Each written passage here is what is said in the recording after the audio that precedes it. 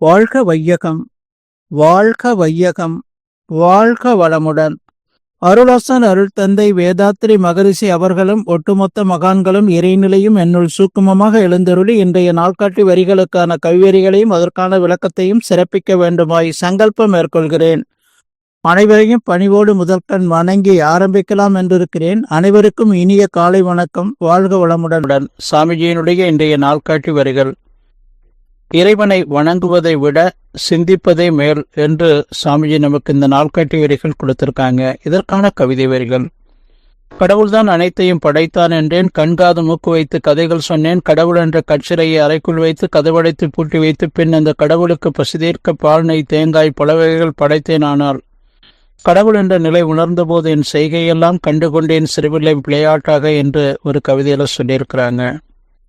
இன்னொரு பாடல்ல சொல்லியிருக்கிறாங்க: எப்பொருளை எச்செயலை எக்குணத்தை எவ்வுயிரை ஒருவர் அடிக்கடி நினைந்தால் அப்பொருளின் தன்மையதாய் நினைப்போரது ஆற்றல் அறிவினிலும் உடலிலும் மாற்றம் காணும். இப்பெருமை இயல்பூக்க நியதியாகும். எவர் ஒருவர் குருவை மதித்து ஒழுகினாலும் தப்பாது குரு உயர்வு மதிப்போர் தம்மை தரத்தில் உயர்த்தி பிறவி பயனை நல்கும் என்று இந்த 2 கவிதை சாமிஜி கொடுத்திருக்காங்க. நாள்காட்டி வரிகள் என்ன சாமிஜி சொல்றாங்க: இறைவனை வணங்குவதை விட சிந்திப்பதே மேல். சாமிஜி பக்தி மார்க்கத்துல சிறு பிராயத்துல அவங்க வீட்டுக்கு அருகாமையில் உள்ள விநாயகர் ஆலயத்தை அவர் தூய்மை செய்து கொண்டு இறைவனை வணங்கி வந்த காலம் அந்த இளமை பருவம். பக்தி மார்க்கம் என்பது உண்மை உணர்ந்த மகான்கள் ஒரு 7 விதமான சம்பத்துக்கல்ல உருவமைப்பு, அறிவின் உயர்வு, குணம், கீர்த்தி, உடற்பொழிவு, சுகம், செல்வம் என்ற இந்த 7 சம்பத்துக்கள் ஒரு 16 அடிப்படை காரணங்களால கருவமைப்பு, உணவு வகை, காலம், தேசம், கல்வி, தொழில், அரசாங்கம், கலை, முயற்சி, பருவம், நட்பு, சந்தர்ப்பம், பல ஆராய்ச்சி, பழக்கம், வழக்கம், ஒழுக்கம் என்ற இந்த 16 காரணங்களால இந்த 7 சம்பத்துக்கள்ல மக்களுக்கு மாற்றங்கள் இருக்கிறது என்பதை இறை உணர்ந்ததற்கு பிறகு சாமிஜி முழுமையாக அதை உணர்றாங்க.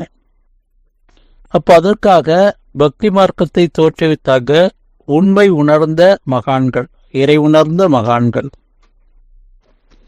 அப்போ மந்திரம், எந்திரம், தந்திரம் என்ற அடிப்படையில் ஒரு உருவம், தகடு, அதற்கான மந்திர உச்சாடனம், இந்த 7 விதமான சம்பத்துக்கல்ல குழந்தை பிராயத்தில் உணர்வு தெரிஞ்ச நாளிலிருந்து அந்த பருவமடைகிற வரையிலும் அவர்கள் ஒரு முழுமை பெற வேண்டும். பேசிக் கல்வி மாதிரி ஒரு 1st ஸ்டாண்டர்ட்லேருந்து 10th +2 படிக்கிற மாதிரி அந்த பேசிக் கல்வி அந்த பக்தி மார்க்கம் என்பதை புரிந்து கொள்ளணுங்க.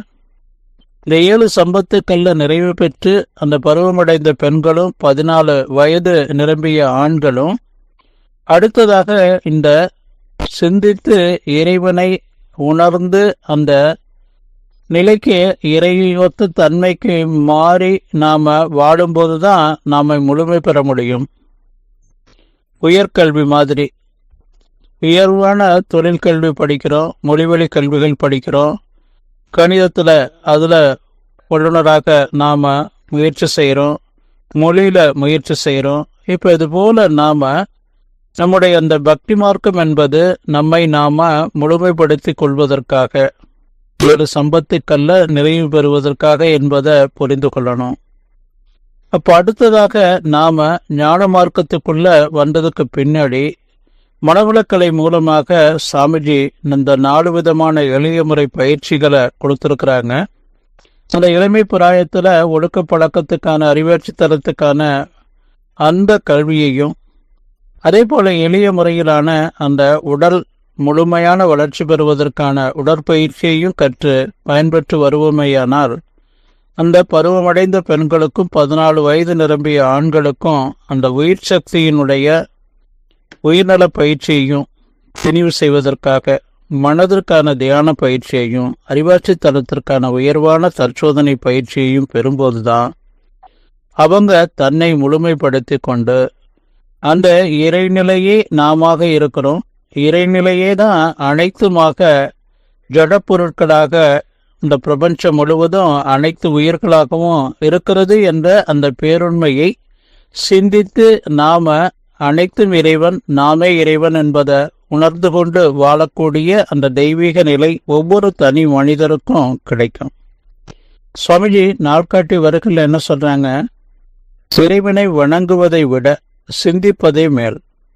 இந்த உருவங்களாக நாம வணங்குவதை விட அதை தாண்டி ஒரு படி நாம அந்த இறைநிலையாகவே மாறி நின்று அந்த சிந்தனையோடு நாம் வாழும்போது நாமும் அன்பும் கருணையுமாக வாழலாம். எல்லாரோடும் ஒரு அன்பும் கருணையுமாக நாம் ஒரு இலக்கத்தை ஏற்படுத்தி கொண்டு அந்த இறை பணியை சிறப்பாக செய்ய முடியும். நான் யாரு, எங்கிருந்து வந்தேன், துன்பமே வருது, துன்பம் நீங்கி இன்பமாக வாழ்வதற்கு என்ன வழி, இந்த சமுதாயத்தில் என்னுடைய பங்கு பணி என்ன என்பதை புரிந்து கொண்டு வாழலாம். தன்னை பற்றி அறிந்து கொள்ளலாம், தன் குறை உணரலாம், திருத்தம்பட வழிவகுக்கலாம், வகுத்து வழி வாழ்ந்து காட்டலாம் என்று சொல்லி நன்றியோடு நிறைவு செய்து கொள்கிற இன்றைய சிந்தனையை வாழ்க வளமுடன், வாழ்க வளமுடன், வாழ்க வளமுடன்.